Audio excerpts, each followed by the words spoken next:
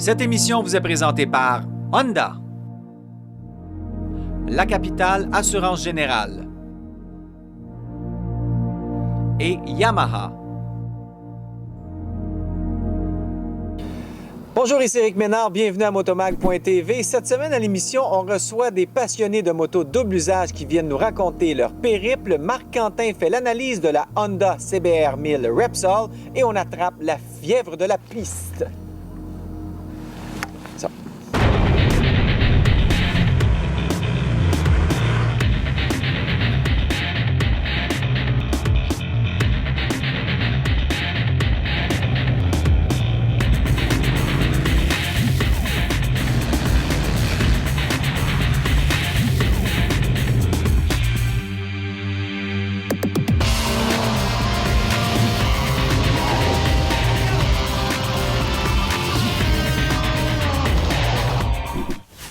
Il y a des motocyclistes qui en ont jamais assez. On en a un bon exemple aujourd'hui avec des gars qui arrivent de faire 6000 km en moto. D'abord, les gars, expliquez-nous par où vous êtes passés.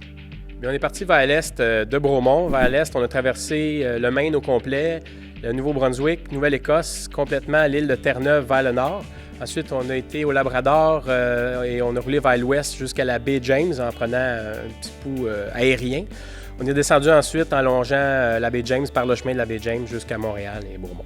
Bon. Et il n'y a pas eu de blessures? Est-ce qu'il y a eu des chutes? Parce qu'on pense toujours à ça quand on fait une longue randonnée hors route. Il y a tout le temps des chutes.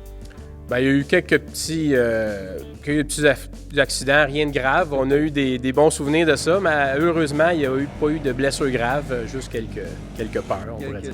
Quelques égratignures. Comment on se prépare pour un voyage comme ça? Parce que c'est pas évident de dire on va faire 6000 km en 10 jours en étant dans le hors-route aussi.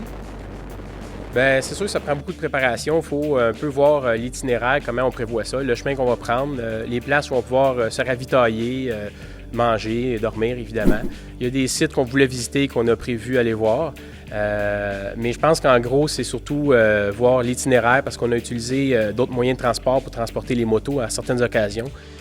Des traversiers, le train, avion, tout ça. Fait qu'il fallait tout booker ça d'avance. OK.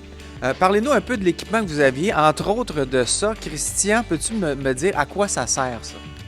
Bien, c'est que pendant le transport aérien, il a fallu baisser l'avant de la moto pour être capable de l'entrer dans l'avion parce que la porte était de petite dimension.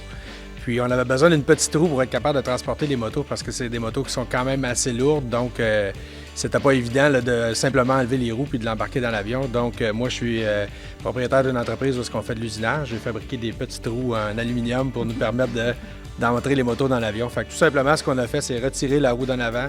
On a installé celle-là, on a enlevé le pare-brise, puis on a pu les entrer dans l'avion. Donc, c'était vraiment pas nécessaire, mais c'est le fun de l'avoir.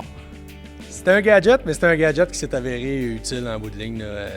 Mais ça fait partie du plaisir aussi quand tu prépares toute la randonnée et tout ça. Tu te fais du fun avec tes chums. On est allé à l'atelier, on a fabriqué ça un soir, puis on a eu vraiment du fun à faire ça. Physiquement, comment on se prépare pour une randonnée comme ça? Dominique, qu'est-ce que tu as fait comme préparation? J'ai travaillé très fort pour me ramasser de l'argent pour faire le voyage et puis on s'est pratiqué un peu les gars ensemble quelques semaines avant. On a fait des tests d'équipement et puis pour s'assurer qu'on avait tout en place comme il faut. Et puis on se couchait de bonne heure puis on se levait de bonne heure. OK, mange bien des protéines. Alex, toi, est-ce que tu es un motocycliste depuis plusieurs années? Est-ce que vous êtes tous des motocyclistes qui en fait depuis plusieurs années ou c'est une nouvelle passion? On est vraiment des motocyclistes depuis, je dirais, au-dessus de 20 ans par pilote de moto et même déjà fait de la compétition de moto et tout et tout. Donc oui, on peut dire qu'on est assez expérimenté côté moto. Est-ce qu'il faut être expérimenté justement pour faire une randonnée comme ça ou c'est quand même accessible à tout le monde si on roule pas trop vite? Bien, c'est sûr que ça dépend toujours de la qualité de la route et puis de l'équipement qu'on a pour rouler dessus. On avait des très bonnes motos qui sont faites pour ça, qui ont été testées dans les rallyes populaires et puis l'équipement qu'on avait était excellent aussi. C'est sûr que ça prend toujours de la pratique, comme disait Dominique, et puis en roulant, à un moment donné, tu t'habitues, puis tu viens que si tu vas trop vite, bien, tu t'en rends compte assez vite, tu ralentis, puis ça va bien après. Là. Au niveau de l'équipement, justement, vous avez ces KTM-là. Est-ce que vous étiez tous en KTM Adventure?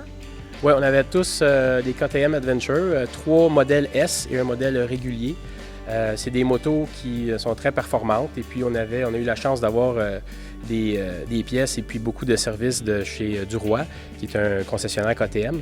Et puis, les motos sont très bien comportées. On n'a eu aucun pépin mécanique. Ça a très, très bien été. C'est vraiment fait pour ce genre d'aventure-là. Et au niveau des pneumatiques, j'imagine que vous n'avez pas fait 6000 km de garnotte sur les mêmes pneus. Non, on a fait, la première partie de notre voyage s'est fait sur le pavé. On avait des pneus Pirelli 80% en route, 20% en route. Et puis, à Terre-Neuve, nous avons changé pour nos pneus en route, qui étaient des Metzeler. Et puis, on a fait la balance du voyage avec des pneus en route. Tout ça, ça se fait pas sans l'aide de commanditaires. Vous avez eu des commanditaires qui vous ont aidé un peu dans différents départements. Oui, certainement, on aimerait ça remercier Jeff Dufault de chez KTM Duroy à Saint-Constant, qui nous a prêté des pièces et nous a aidé à préparer les motos avant de partir pour être certain que les motos soient fiables. On a aussi Norpac, qui sont des spécialistes en transport aérien pour les chasseurs et les pêcheurs. Ils n'avaient jamais transporté de moto, là, ils ont transporté maintenant des motos. Donc, il faut remercier M. Jean Paquet de chez Norpac. On a aussi Colpin, qui sont des petits réservoirs d'essence d'appoint d'à peu près 5 litres chacun, qui ont été très pratiques, surtout sur la traversée de la Trans-Taïga où les endroits pour mettre l'essence sont assez rares. Donc, on a eu besoin. Puis, on a aussi Pirelli Metzeler qui nous a fourni les pneus via leur distributeur qui s'appelle Fullbore. La prochaine destination, c'est quoi? Un long way down en Afrique, un long way round en Mongolie? Qu'est-ce que vous avez comme projet? Il y a beaucoup de projets, mais évidemment, comme disait Dominique, c'est surtout de ramasser des sous pour ça, parce que ça coûte quand même assez cher. Surtout quand on a des choses particulières à faire durant le voyage, comme des transports alternatifs, des choses comme ça. Mais ça prend beaucoup de planification. Je pense que juste pour ce voyage-là, ça a pris 2 à 3 mois de planification là, à se rencontrer puis à planifier tout ça, l'itinéraire.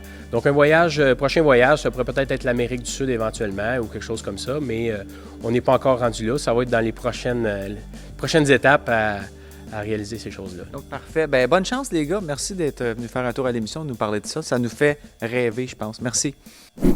C'est tout pour Motomag.tv cette semaine. J'espère que l'émission vous a plu. Soyez des nôtres la semaine prochaine. On va faire l'essai d'une HP2 Sport sur la piste de Shannonville et on vous présente différents moyens de remorquer votre moto avec votre VR. D'ici là, soyez prudents sur les routes. Bonne semaine!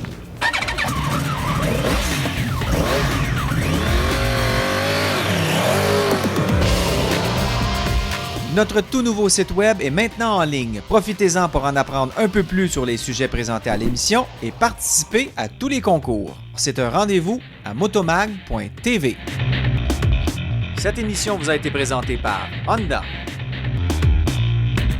La Capitale Assurance Générale et Yamaha. Pour plus d'informations sur les sujets présentés au cours de l'émission, consultez les sites web suivants ou encore rendez-vous sur motomag.tv.